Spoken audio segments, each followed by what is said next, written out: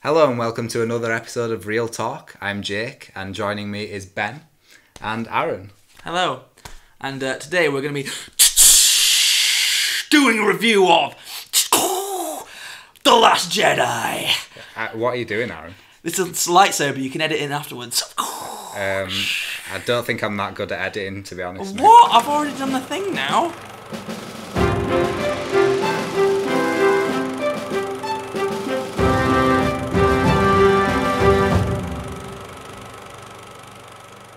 I'll once again be the mediator in this discussion as per our last Star Wars review. Looking forward to another heated debate between Ben and Aaron. What did you think about the film, Aaron? On the whole, I really enjoyed it. Yeah, I absolutely loved it. And what did you think, Ben? For the most part, I really liked it. Oh, okay. I didn't enjoy it as much. Yeah? Why don't you tell us what you didn't like about it? Well, I have a list of problems. Would you like to see them? Yeah, sure, of course, Okay, yeah. cool. Yeah.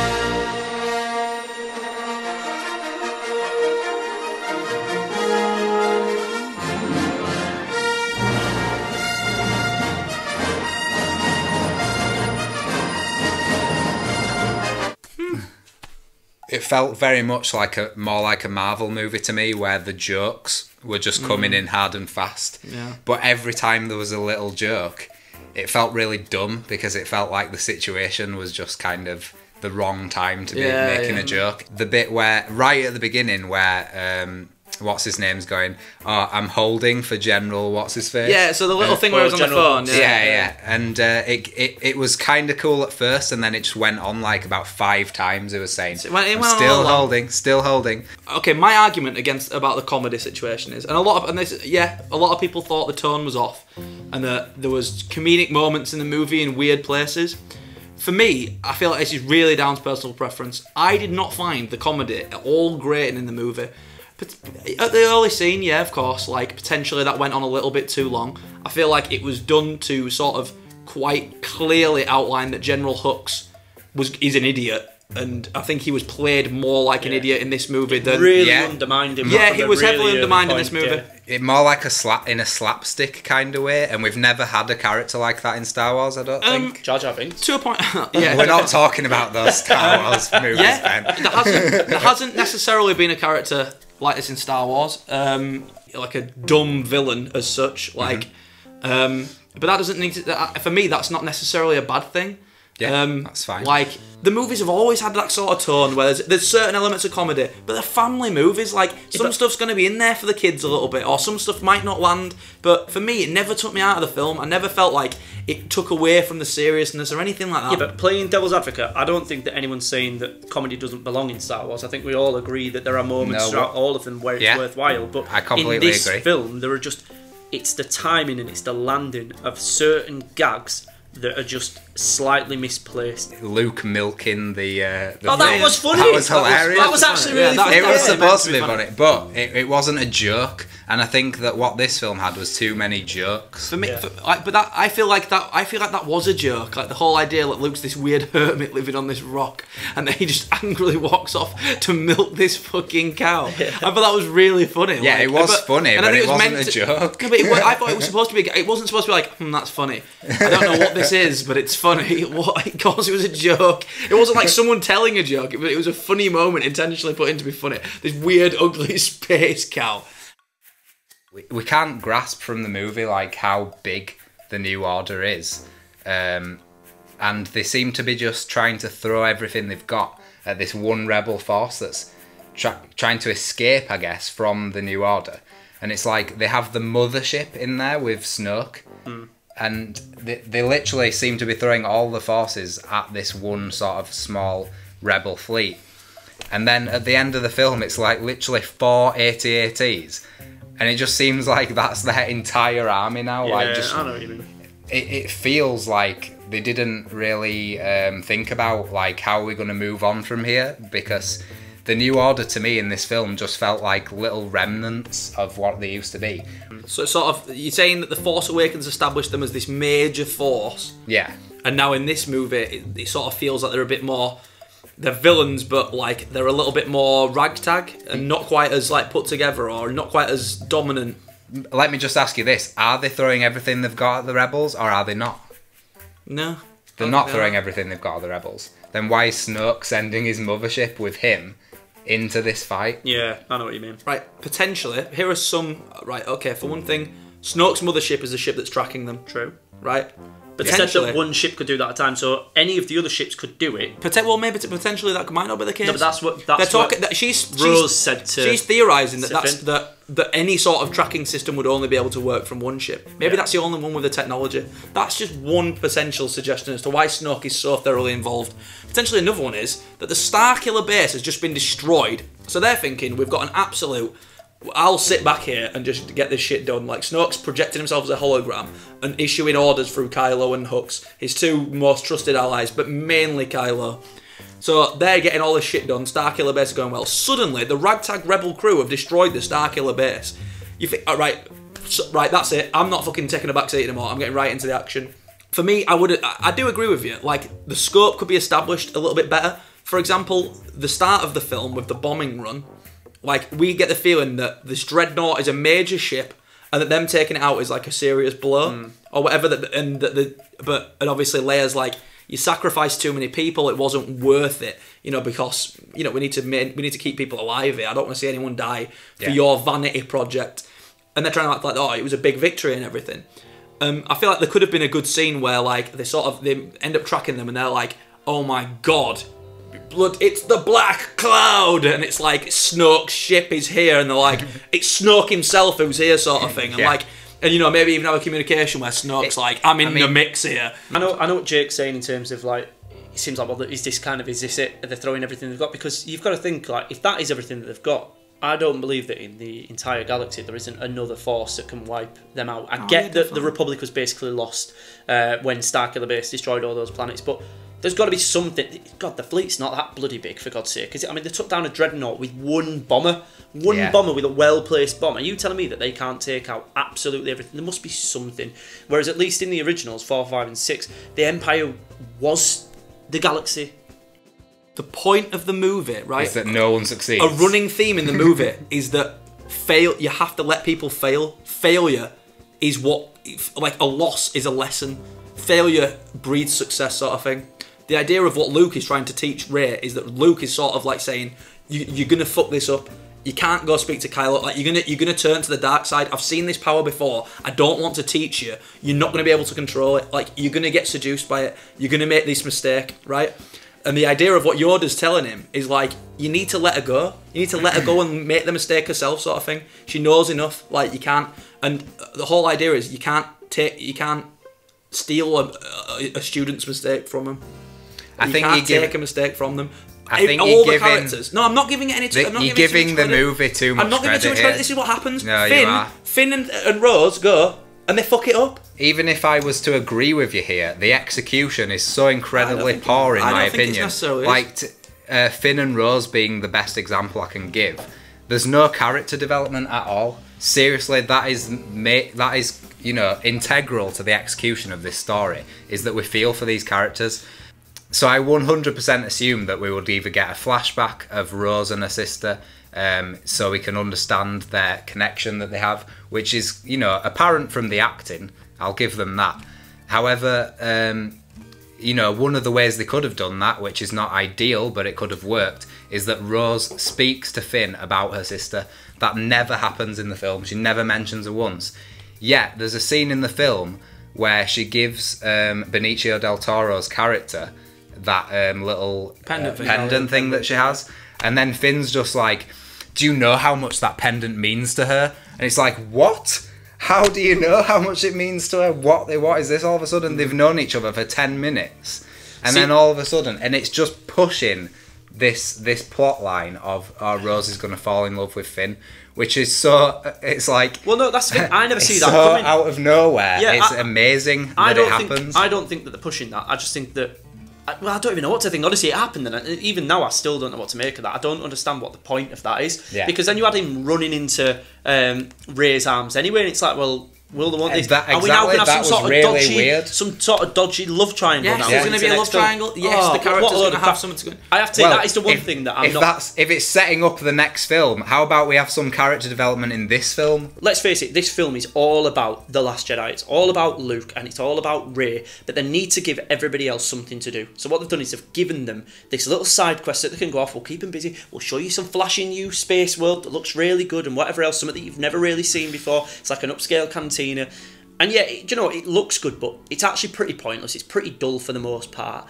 I don't want to be watching that. When that's happening, I'm like, do you know what? I just want this over because I want to progress with Rey. I want to see what she's doing. I couldn't agree more. I want to see what Kylo's doing. And then to sort of like, to sum it up as much as anything, I know that you're saying that like there's elements of development that are missing there for Rose, but the film was already long enough as it was. I'm glad that they're the bits that they, because they probably did have them, probably on the cutting room floor, but I'm glad that that's the bit that they cut. The problem is that they kept Finn in there full stop. If they couldn't find something better to do with him, he shouldn't be in the film at all. Like, I just feel it's such a cheap way to just use a character in some sort of shoehorned like story.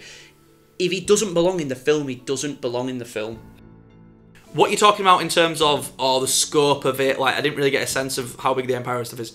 The stuff with Finn and Rose is, and you can say how well it was executed, and I suppose that's your own opinion. My opinion as well is that it's not executed particularly well. But the idea, I do like what they attempted to try and do, which is to try and give any sort of like a reality to what the rebellion sort of is, which I think like no other Star Wars movie achieves. Like let's to put it out there, really. You never, obviously there's the rebellion in Star Wars and in Empire. We're just part of the space rebellion. We're rebelling against the Empire. Yeah, but why do you need to rebel? What's so bad about the Empire apart from Vader force choking people every now and then and just, you know, them generally looking like Nazis? Like what's so bad about it? You never really see the bad side of it. Whereas what this showed you was like real people sort of like being oppressed by like the rich, and obviously it was all relatively heavy-handed and I didn't think it was particularly well dealt with, but that was what they were going for in terms of the scope, and that's great. I can agree with you there, definitely. That's what they were sort of trying to achieve. However, yeah, I do completely agree with you. I think Rose and Finn are the two worst characters in this film. The whole thing where at the end where she smashes into his ship and she's just like, why destroy what we hate if we can't save what we love?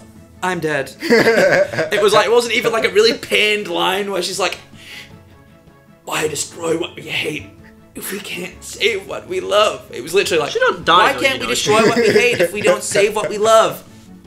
Finn, for me, is a character whose origin that we do see in Force Awakens is so thin that we needed a little bit of something more, because I felt like the whole movie, we have a character. The idea of the Stormtroopers is that they've been programmed from birth. As is mentioned by Hux, my soldiers are raised from birth, and that they're the best around. We're not using clones anymore. It establishes we're using people born within the First Order who are raised to be Stormtroopers. I feel like the idea that someone could be raised in those circumstances, go out to battle, be part of the first battle, gun shooting, and then be like, oh my god, no, I can't be part of this. Oh, I've got to get out of here. Yeah, that's my name, it's Finn. I'm a wacky guy. Whoa. Like, how did he be, like, wouldn't he just be like far more jaded and everything? You never get Han Solo's backstory. I don't think that you need that with every character. You don't need to know the intricacies of where everyone's been at all points in their life. What you need to know about is where they are in the here and the now and how they fit into the rebellion. And I kind of like the mystery around some characters. I'm not saying that Finn shouldn't get a backstory. I'm not saying that Snoke shouldn't get a backstory, but I don't think that everybody needs it. Bad things about this film, from my perspective, Phasma's shit. Yeah, Phasma's shit. Nothing more needs to be said about it. It's I don't know about shit. She's a Boba Fett in this film. Yeah, Boba Fett looks cool, kind of a cool premise, captain of the Stormtroopers, you know this thing. Absolutely shit. She's not. There's nothing good about her. She's just menacing for no reason. So she doesn't even sound menacing. She's just like, FN2187. We'll teach you the way of dying. And it's just like, no, a blaster through the head's too good for you. You know, in the promotional material for these films, strong. It's like she was barely in Force Awakens. I'm so glad. Barely in this. I'm so glad there's another strong female character to add to the roster of this film. They're all saying this in the promotional material. Yeah, and it's like, going around. She was on Graham Norton. She's part of the advertisement. Like, yeah, come and watch a film, and then it is one of those. You see her eye. You see her eye. It's literally like. Oh, Gwendolyn, you know Gwendolyn, she was like Brienne of Tarth in Game of Thrones. Yeah, she's in this film. Oh, who is she? It's unimportant. She's in it though. I promise she's in this movie somewhere. You keep watching, you'll see her. just the whole way that casino thing was executed. Like, they go to achieve one thing. They're told in a really weird scene with Mos Cantina, where she's like, hello, yes, I'm trying to sort something shit out, and she's like shooting at people over FaceTime on a phone. She's like, yes, I'm shooting lots of people, and it's sort of like a funny nod to her character just being a bit of a wacky badass. But yeah, again, a joke for me that didn't really land very well, but yeah, weird scene with her. And then they have to go to this casino place to get a code breaker. Then they get there, then they find this code breaker, and then they're arrested for a minor traffic violation where they just didn't park a car right. So then they're arrested, and then their thoughts are, fuck me, we need to get out of here and leave this place forever. Suddenly, then it's a huge jailbreak, and they're in this massive escape. Fortunately, they're put into jail with this other guy who's like, yeah, I'm a bit of a code breaker, I could probably do some shit. And they're just like, great, we'll go with you, and sort of end up with him. And it's like, I feel like, to me, that was weird, because the plan should have really been, like, we need to get out of this jail, we need to get back up and speak to that guy. Like, we need to get the code breaker, like, we need to get out of here before we do anything else. Yeah. And sort of like, I really thought that scene was going to be like, we break out and then maybe we get disguises and we go back up there dressed as like sophisticated people or something. Or, you know, something like that. And like, they just abandon what they were actually planning to do. Like, even if they've got the right guy and he turns out to be bad, like, that wouldn't have been a problem. That would have just been like, no, sort of thing. It could have easily gone the same sort of way. Or it could have been like, he reveals that he's got a lapel or something. But instead it just makes the advice that they got from Mos Cantina like utterly pointless, like really pointless, because like it's not even they just don't even get the right verse. They don't know that Benicio Del Toro's character is going to save them either. No. So they're trying to get on that ship to escape. Yeah. But then what about the resistance? Like, by them effectively fleeing, they're giving up on the resistance and everybody's about to die. So like, I can't believe the other people and stuff. So you've got a good point. I remember thinking that at the time and I forgot. But Benicio Del Toro's character in all this is sort of like, he says he can do it. He's not even so like, you know, they're not sort of like, can we really trust this guy? I really wish they'd have shown a scene where he just happens to have like this red lapel or something on, and it's actually him who she intended them to meet anyway. Yeah. Like, he's actually the real code breaker. But he still double crosses them, and that's fair enough. That would have been good. Because all she says to him is, there's only one person who can do this, and it's this guy with this red lapel. Yeah. If he'd have just sort of done something and just happens to have it, and they're like, oh my god, you've got the red lapel, and he's like, oh, this or something, and he's just like, and he could, you know, you could do some scene with it where it's just like, oh, this is nothing, and then they're sort of like, you're the guy, sort of thing, you can do this, and they have to sort of talk him into it or something, or like, I really thought it was going to be more like that, where like, please come and help, you know, you can break into this thing, and he's like, you should really be thankful we just got off that planet, they wanted you bad, and he's like, no, what, an Empire ship, and then they promise him like loads of gold or some shit, or whatever. Like, I really do feel like something like that would have been a little bit better, and instead his character's sort of like, he gives him like a preachy, judgy thing where he's like, everyone's paying for war, like this person's selling guns to the good guys and the bad guys, like, and it's sort of a little bit like he's sort of putting across this message that war's pointless and that both sides are sort of, there's ill on both sides, and that this, like, you know, and you know, profiteering from war is really bad. Which, yes, are good real world themes, but in terms of Star Wars, like, we don't need to know. We're literally getting right behind these rebels. Like, I don't want to feel bad about like supporting them or where they're getting their weaponry from. It sort of promises quite a lot of stuff of his character, and then at the end of it, he's just sort of like, yeah, double crossed you. Yeah, they pay a little bit more. Yeah, you knew I was sketchy from the get go. See ya, and then leaves. And it's like, is his character killed as the ship is badly blown up? Like, what happens? I was just gonna say this. So he leaves. He makes his speech, and then he literally walks away, and like about maybe even 30 seconds later, the ship is literally blowing up. You don't even see him in the explosion. You don't see him. You don't see him like scurrying. You don't see where he goes. And what I assumed was that he double-crossed the Empire, and then he was going to triple-cross them, and that he would be the one that's piloting, I don't know whether it's an AT-AT, but the shit that BB-8 shoots. The camera pans, and it's like, oh shit, I thought he was going to be in that. And then the thing blows off and it's BB-8 inside. Like, remember me, guys? Wacky little droid here, having all the fun. I mean, that was fun still. BB-8 is my favourite character, so I appreciated that at least. But come on, you know, he just leaves completely. He does just disappear. Like, his character comes in mysterious circumstances, has loads of vague dialogue that sort of hints at lots of potential possibilities of where the plot might go, and then just walks out of the plot as mysterious as whence he came. Wait, so you didn't like the scene with Leia where she got blown out of the ship? Well, I did at first when I was like, She's dead. She gets blown out of the ship and like, oh shit, she's dead. You know, like she's dead. Like, what the hell is going to happen now? That's really interesting, and it can throw the characters into all sorts of turmoil. You know, how are we going to get out of this situation, kind of thing. Yeah. And then, she's floating in space, and it's, I can imagine to a real Star Wars fan, which isn't me, by the way. That might be quite, tear-jerking in seeing Leia finally die. Especially because the precedent wasn't there, as we I think the main problem is, to be honest, actually not what I was just saying. It was that it was fucking hilarious. Like, watching her do that and fly through space like that. I just thought it was really funny. It's a little on the nose. I don't think it was good. I don't think it was interesting. What I just said was, it would have been more interesting if she did die and all the characters were like, oh shit, what are we gonna do? But instead, she's like slightly hurt for a bit, and then she's just fine. Ben, did you not like Leia flying through space? I didn't hate it. I didn't particularly like it. I was very neutral with it. I get why they did it. I get that she can be force sensitive. She's shown that in the past where she's been able to feel Luke's presence from thousands, millions of miles away, or whatever. I get that she's somewhat. Actually, it's just billions. It's just the fact. It's billions of miles. It's just the fact that it's so on the nose, and it's so out of nowhere.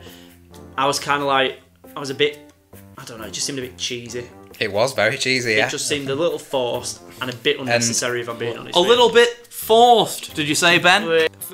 So Poe Dameron, Jay, you didn't like old Poe D in this movie? I didn't like anything to do with him in this film, though. What didn't you like about Poe D? Because for me, he really stepped up into the Han Solo void that was left by the dead falling shell of Han Solo's body. Well, for me, it's just simply, it's as simple as it's the same as Finn and Rose, whereby nothing he does in this story makes any difference to the overall plot at all. What's our plan and everything? And she's like, I'm not telling you, the Admiral, Laura Dern, who looks like she looks in Twin Peaks, which sort of it was quite funny. Yeah, threw me off. It was really strange. But anyway, her character comes in, and the film is kind of trying to tell the audience, I think, that she's going to be the one that has kind of double-crossed them and given this frequency so that they can track the rebel ships.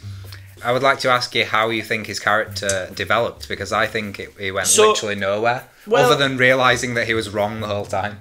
Yeah, but as we've discussed earlier, failure is a big part of this film. Yes, failure is a big part of the film. No, but I think the way that he sort of developed is that he's gone from being this all guns blazing, I'm going to be the one that saves the day, sort of he is a hero, he's a flash get, and he knows he's the man, do you know what I mean?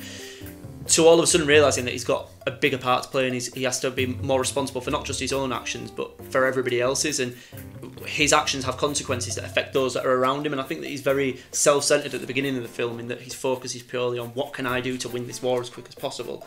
But they almost have tried to turn him into a bit more of a strategist, to almost be like, well, you have to actually think about what you do, because winning the battle doesn't win you the war. Do you think there's any reason whatsoever, any logical, conceivable reason for Admiral What's-Her-Face to not have disclosed this, to not disclose this plan? Yes. You've got to think, right, this is a rebellion, but it's also a military, in effect. And the fact of the matter is, she does not owe him a damn thing. She does not have to tell him anything. However, as a leader, she should have been in a better position to turn around to him and say, right, I have a plan.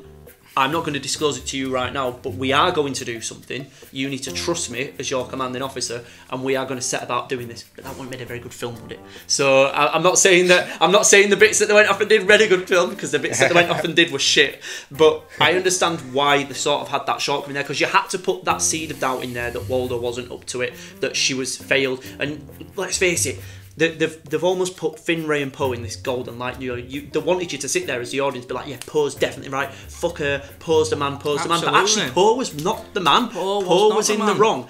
Another theme in the movie, of course, and what I think they did really, really well, and I absolutely loved the part of it, is that this is not Star Wars as you know it, sort of thing. We're breaking the rules. This is not just going to be another play by number Star Wars movie, which Force Awakens painfully was. This is not going to be another everything just goes the way you expect it. A Star Wars movie. Poe Dameron is not Han Solo. In terms of what happens, like, the whole idea is that Poe did something really stupid and made loads of stupid decisions, and the idea is that we're seeing a guy recklessly make mistakes, as he was doing earlier on and endangering lives, and, you know, in terms of, yeah, of course, he's this very, very capable guy, but he's making mistakes, stupid mistakes. I really don't feel like the consequences were there. He's endangered lives. Like, he sent people through. As we discussed, lives were endangered anyway. Nothing that they did had any relevance to what actually happened. No, but you say that, but because the plan was that they were to break off. And the plan would have succeeded without Poe sending them to the thing, right? Sending those guys to where they went and getting the code breaker, who's Benicio Del Toro. Benicio Del Toro is the guy who tells them the codes and tells them that what the plan is. Yeah. Benicio Del Toro is the guy who sells them out completely and completely fucks out that plan. Right, well, I want to now sit and talk about the bits that I really liked about the film. Go on then. What was that? What were you trying to do? What was you looking up in the air? Where are my words? So, I actually really liked that. The whole sequence between Rey, Kylo, and Luke in particular. I thought that it was definitely the strongest step part up of the from film. Force Awakens, yeah. Considerably so, yeah. I have to say, I wasn't really a fan of Rey in The Force Awakens. I found her character to be quite difficult. Didn't you once say that you'd shag the arse off of her? And I found her to be quite annoying. However, in this one, I think that she really stepped up as a character, and I really engaged with her. I thought that her personal journey that she went through was both interesting but understandable as well. You could almost put yourself in her shoes. Well, as we said before, I agree that you know, there needed to be a lot more of it, and I would have been happy with like a very minimalist story where it was seriously just our 20-minute Star Wars film, and it's a character study of Luke and Rey and Kylo. Yeah, and just like those three, yeah. and them being a more integral part of the story. Like, a lot of people do have a problem with it and think, you know, he's betrayed the Force and stuff like that. And why would he be such a coward and all this? Yeah. I actually think, from the way it was, I like the flashback scenes that explained it all and how he felt, and that it was about to kill Kylo, but actually realised what he was doing and felt ashamed about it. I thought that was possibly, you know, the highlight of the film for me. One thing that I thought that was stupendous throughout the film was Kylo Ren's character. Unbelievable. Again, talk about a complete change. Like, I didn't think he was the greatest villain in the world. It grated on you a bit in Force Awakens again. Yeah, a little bit. Didn't you say you'd shag the fucking arse off of him? Yes, I did. but I thought that he was really good. I thought that the way that he played off with Daisy Ridley, the will, the won't, and I don't mean that in terms of like just a romance thing. Yeah, there's the whole sort of thing, the undertones there of like, will they end up getting together? I just liked the way that they seemed to be, had their own conflicts, had their own internal struggles that they managed to share with each other through the Force, and I thought that was really good. Those scenes were, there was so much in them. They were so intense. They were so well acted. They were gripping. They were really absolutely good. Some of the best moments in there. I think, especially, I think the first time it sort of happened, I was a bit like, what's going on here? Like, the sort of...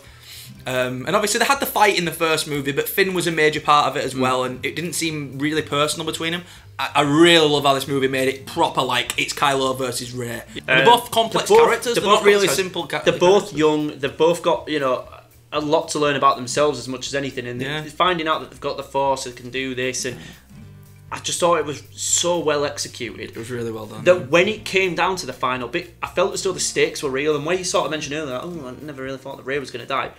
I was not so sure whatsoever. I would not have been surprised in that moment if she had died and that had been Kylo's switch to the light side, and maybe he could have been the protagonist going forward. Possibly my favourite line of the film was when Luke says, the Jedi don't own the Force. I think that was really good because it kind of makes you think about all the other races and all the other characters in the film. And that, you know, the Jedi aren't the most important thing about Star Wars. I think that is a great point, and I think again a lot of what this movie is saying, and you know, and I think this is why a lot of people don't love it, is that it sort of says fuck what everything else used to say. Like, we're making his own film here. The whole idea of like the Jedi and the Sith, this is going to be something new, and it's going to be something very new and very different. Like, we're not just trying to make another Star Wars movie. This trilogy is going to go places that Star Wars hasn't really gone in the past. I actually thought Luke Skywalker and Luke and Rey's relationship is one of the best things I've seen in any Star Wars film. I thought Luke Skywalker in this movie is the best character that has been in any of the Star Wars films, really. I thought it was absolutely fantastic in it, like all the like. Well, Mark Hamill disagrees with you there. Well, no, yeah, I know Mark Hamill like read it and said I don't agree with any of this what you said about Luke Skywalker. I think one of the best parts of Rey's development in this film was the scene between her and Kylo, where Kylo and both of them reveal the origin of Rey's parents, because I think a lot of fans were going into this movie and it was very, and again the movie as always sort of a big theme of it but is sort of taking expectations of what people are thinking is going to happen and then doing something different, and I think that the way they handled Rey's parents for me was fantastic. The idea of her being Luke's daughter was shit. Wouldn't have been good. Yeah. Like, it's just really flat ideas. The idea of her being, you know, all these Kenobi. ideas, yeah, being Kenobi and all this sort of stuff, and like all these sort of Obi-Wan's sort of granddaughter, you know, some shit like this. All these sort of ideas, I felt were just sort of like, just really played out, like nothing, not interesting at all. Like, everything's connected to the old films. It's all just connected. Everything's just the same sort of thing. Like, it's just another Kenobi. It's just another this. And instead, what I think they did was they've added massive amounts of importance to this character. It's now like she isn't just carrying on someone's legacy. She's just her own person. Mm-hmm. For me, it added so much more. It added like a new perspective to the character that was a really refreshing perspective. That's like, man, she's just from nothing. Yeah. So for a start, I need to say that I've never been enamoured with the CGI work with Snoke. I think the design of the character is just not very interesting. And Andy Serkis, I don't know if you've ever seen him, but he's like a really quite scary looking man. I really don't understand why they didn't just get Andy Serkis to play Snoke. Like you said before, I don't need a massive backstory and a separate film explaining where Snoke came from and all this stuff. But it seems to me that in The Force Awakens, he was built up as this really intriguing, mysterious character. Yeah. And in this film, we literally get nothing. Nothing at all. Nothing whatsoever. Ben, what are your thoughts on Snoke? Right, I like the twist. I like the fact that he's not the big main bad guy, because ultimately, as you said, he's had no backstory, so he wasn't the most interesting. See, you knew he's powerful. That's the thing, though. It wasn't a twist for me. I was not surprised in the slightest. You're saying it was this huge twist, and you were really like amazed. It's a pretty major twist. Yeah, it's a pretty major. I was just like, well, what the fuck just happened? Like, he's. That's usually someone's response after a twist has happened. Well, I know, they go, "What the fuck just happened?" Yeah. No, but you're saying, "Oh wow, what the fuck just happened?" I was just like, well, that was a bit weird. Like, I just didn't feel any impact at all to that twist because I didn't care about Snoke. Can you imagine if they'd wasted time giving him a backstory and then just killed him off in that way? That's how you pissed off. No, you wouldn't, because that's how you get the audience to engage with a character. You give them things to care about, and then you kill them. Yeah, but I think you'd have had to give them far too much. No, what you just said is bullshit, because you're basically saying that in order to kill someone off, you need to not care about them in a story. No, it's not that, but the story's not about Snoke, though, is it? But yes, he is quite mysterious in Force Awakens, and a lot of people are like, I want to know more about him. Is he like Darth Plagueis? Is he this ultimate big bad? Like, where did he come from? And like, sort of, where is it? Now, no one gives a fuck where the Emperor came from. He just sprang up one day. But everyone seems to really want to know about Snoke, which is sort of fair enough, because I think when you add a character, especially the Emperor is just sort of like an established big bad. It's because we have the Emperor that we need to know about Snoke, because the Emperor came before, and Snoke has taken over. Exactly. Yeah. And it's like, why has Snoke taken over? So now for someone else to have reached that level of power, yeah, of course. I'm not saying we don't need to know. I'm not saying I wouldn't even like to know more about Snoke, because I absolutely would. I was very engaged in the character. I really liked him. And that's why I think the twist really works, is because I actually really liked Snoke and was invested in what was going on with him. It was clear he was a big bad. It was clear he was very powerful. So to see, like, for Kylo to betray him and murder him, like it really changes the dynamic of everything. Even though I was when Snoke died, I was kind of just like, ugh, you know, and not really invested anymore in the film. The action scene straight after it, where the fighting the Knights of Ren. That is like one of the best action scenes I've really ever. Good. Can I just say, this was hands down. This was the bit that had me grinning like a Cheshire Cheshire it's the cat. bit you liked, Ben. The man who loves Transformers. I don't love Transformers, right? That said, though, the moment, as soon as the ship went in, as soon as it all started kicking off, and the Knights of Ren were fighting Rey and Kylo, I just thought that the aesthetics of that entire set piece of everything was stupendously well done. I think it's not just one of the best sequences. I think it's one of the best sequences that I've seen in the film. In any Star Wars, I think it was one of the best. Without a shadow of a doubt. But I think it's one of the best of any action film I've seen as well. It's like really highly up there. I'm not saying really it's good. the best. It was really good. It was class. It was absolutely really class. It was really good. well paced. So the final sequence, clearly a throwback to the opening sequence to Empire, the fight on Hoth. It even has the AT-ATs. Obviously, aesthetically, it was classed the way that slowly the red was revealed underneath the salt. I like that. Yeah, I like that it wasn't snow, that even though it was basically snow. Yeah, it was actually salt and then very red. good. I liked it. Yeah. I liked it as well.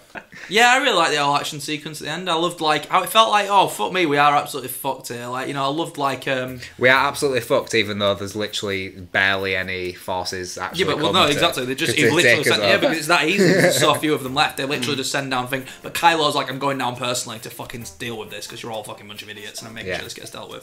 And yeah, they're about to fuck them over and kill them. It does seem like they are, you know, on the back heels a bit, because yes, it does. The battering ram does take the door down. Yeah, it does. Yeah. But then we have a turning point, which is where Luke Skywalker turns up. Yes, Luke Skywalker returns. So did you like the scene where Luke Skywalker returned, Ben? I thought it was really good. I liked the tender little moment with Leia just before he goes out. Yeah, I loved it. I have to be honest with you, it didn't really get me in the same way that it did a lot of people. Like, it was still nicely done, and then the fact that way that he approached, it was fearless. The one thing that I'm almost annoyed at myself for is because I clocked straight away that like this is a younger version of him. He already looks like he's had a shave and haircut and he's dyed his hair, whatever. And if I'd have just stopped for 1 second to think why that is, I'd have bloody known that it was like a Force Ghost, whatever you want to call it.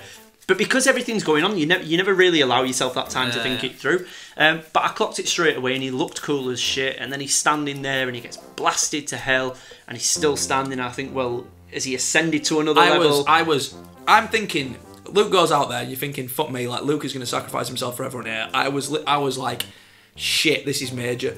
And when Kylo was just like, shoot him everything, like shoot, like proper fucking kill him, and then he's just absolutely fine. I was like, this is fucking next level. I was like, we are witnessing fucking Hollywood moments right now.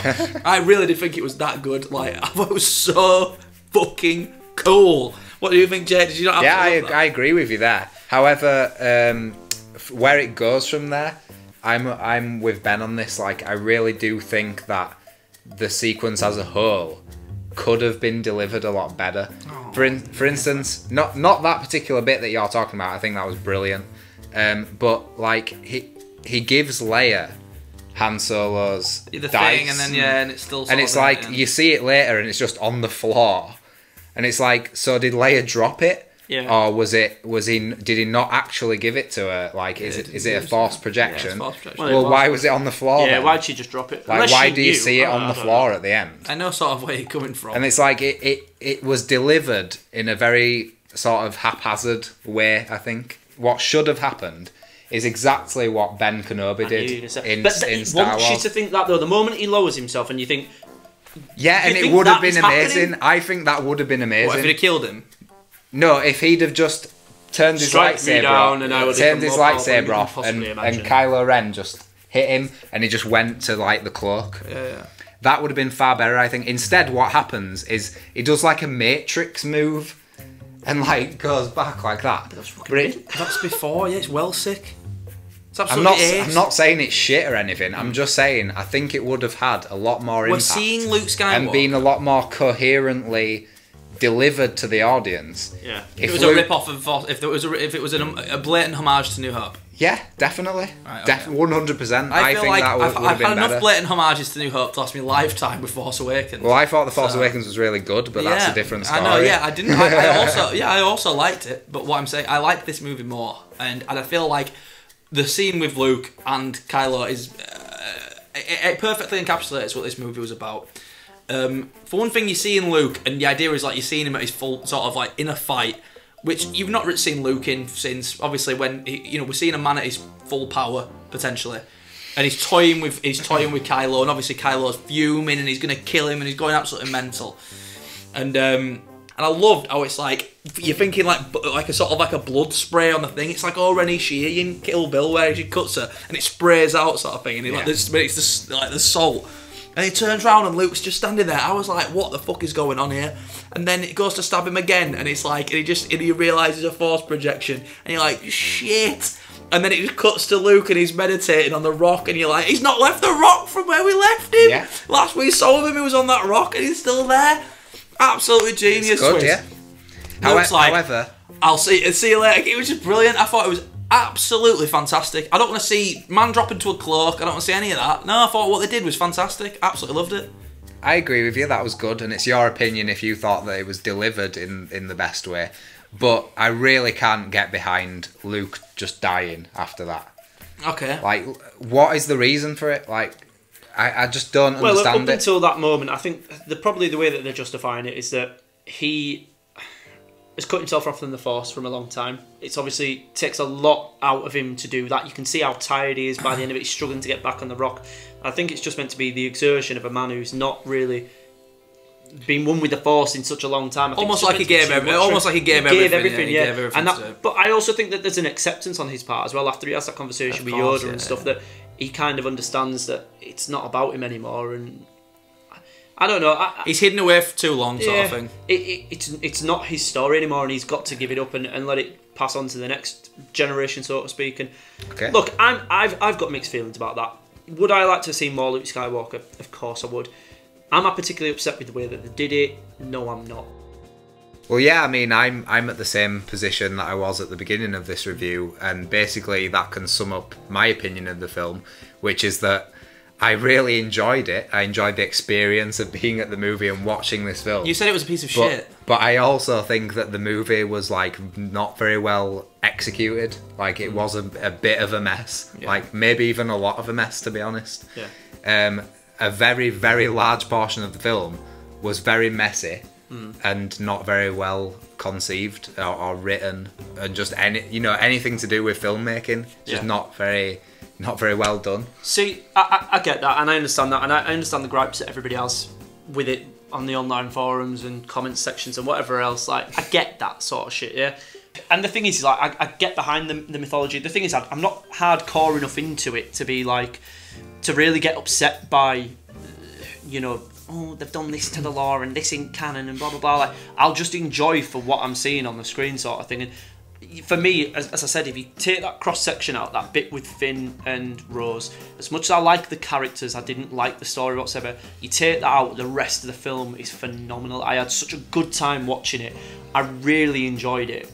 And to be fair, when I went and watched it the second time, I did think that because of those bits that I didn't like, I thought that the rest might fall flat, and it just wasn't the case. I still just enjoyed it just as much. So I think that this one will stand up. Whereas, for instance, Rogue One, I've watched it back since, it doesn't stand up. Now you know that the way it's going, it doesn't stand up. Dude, would you say it's not the best war movie? Do you know what? I haven't got much of a comeback to that, because you are right. I can. It's a love-hate. I think it's a love-hate film.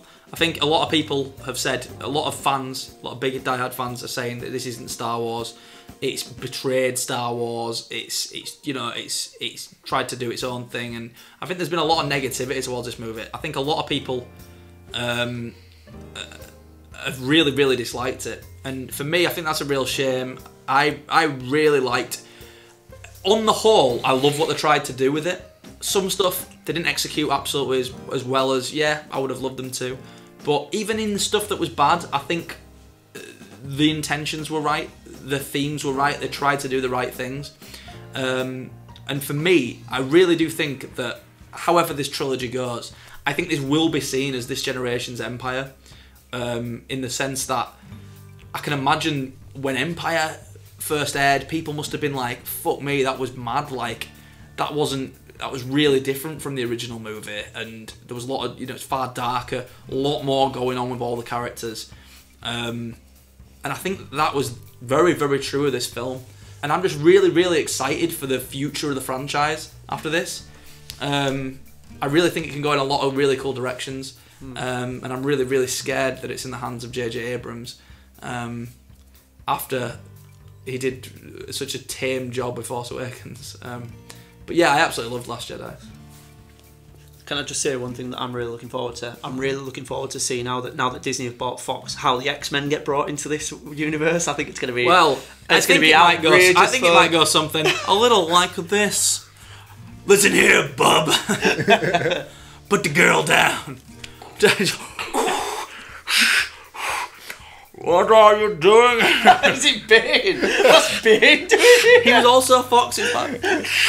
What are you doing here, man? You think your claws give you power over me? That is exactly what Ben would say.